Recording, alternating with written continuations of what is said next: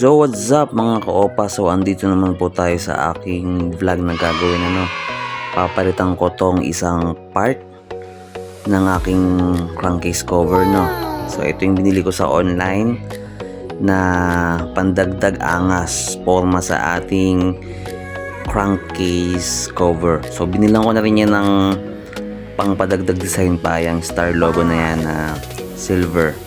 So ito lang yung kailangan natin na tools ay 5mm lang na Allen wrench ang kailangan natin. So yan, so umpisa natin tanggalin. Alright, let's do it.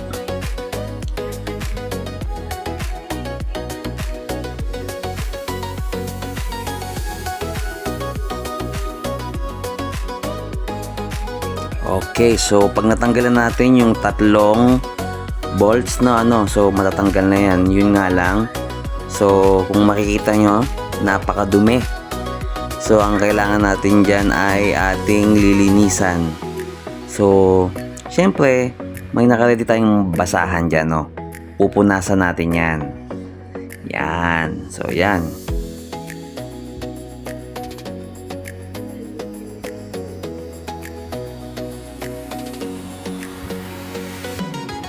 So kapag ang atin na natin napunasan so try natin ikabit. Ayos. So maganda nga to kapag ito'y naikabit na. Yan. Pero may kulang pa yan, guys. Kulang pa yan mga ka-opa ng yung logo kanina na pinakita ko. Yan yung star logo na silver. So kailangan may kabit yan para mas umangas at gumanda yung forma ng ating crankcase cover. So yan. Yan. So may sariling bolts siya, mas mahaba. Yung bolts na yan is yan yung gagamitin natin para umabot doon sa nut na panglock sa loob. Yan, may mga nut yan. Yan. Yan. So gamit ulit tayo ng 5mm na Allen wrench.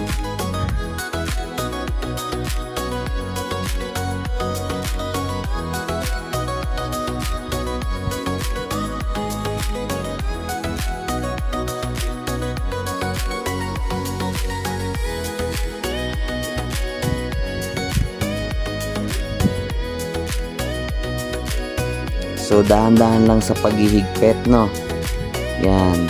Sa paghihigpit dapat dahan-dahan lang kasi may salamin kasi yan.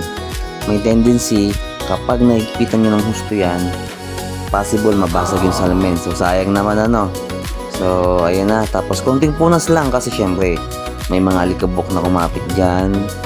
Then syempre mga fingerprints natin dumikit dyan So kapag napunasan na, pwede nyo nang ikabit yung ating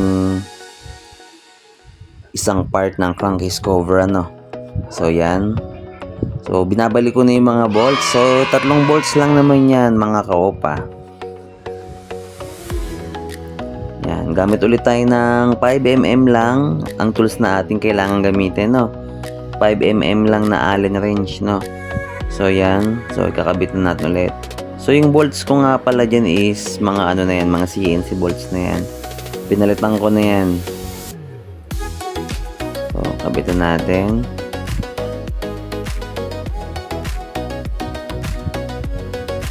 Yan. So ito may kinuha ko na nakalimutan ko. Mayroon pala akong ganitong 5mm na Allen wrench. Yan. Okay. So higpitan na natin mga ka-opa.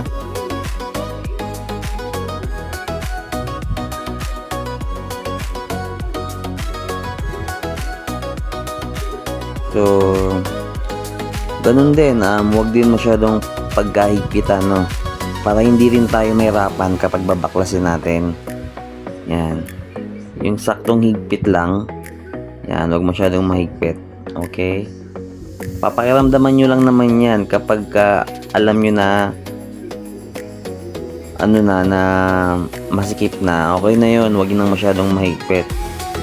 Siyempre iniiwasan din natin mabilog yung ating mga bolts Saka para hindi rin tayo mahirapan na baklasin if ever na in the future, tatanggalin natin.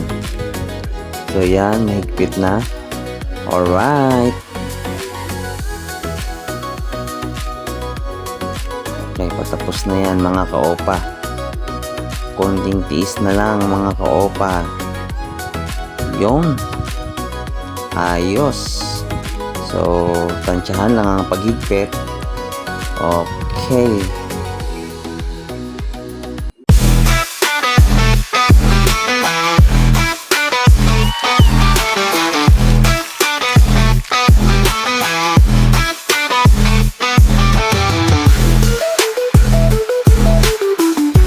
So yun nga lang po ngayon for today's video mga kaopa, no? So hanggang sa mga susunod ko pang mga vlogs mga kaopa, don't forget to like, share, and subscribe my YouTube channel. Bye bye guys!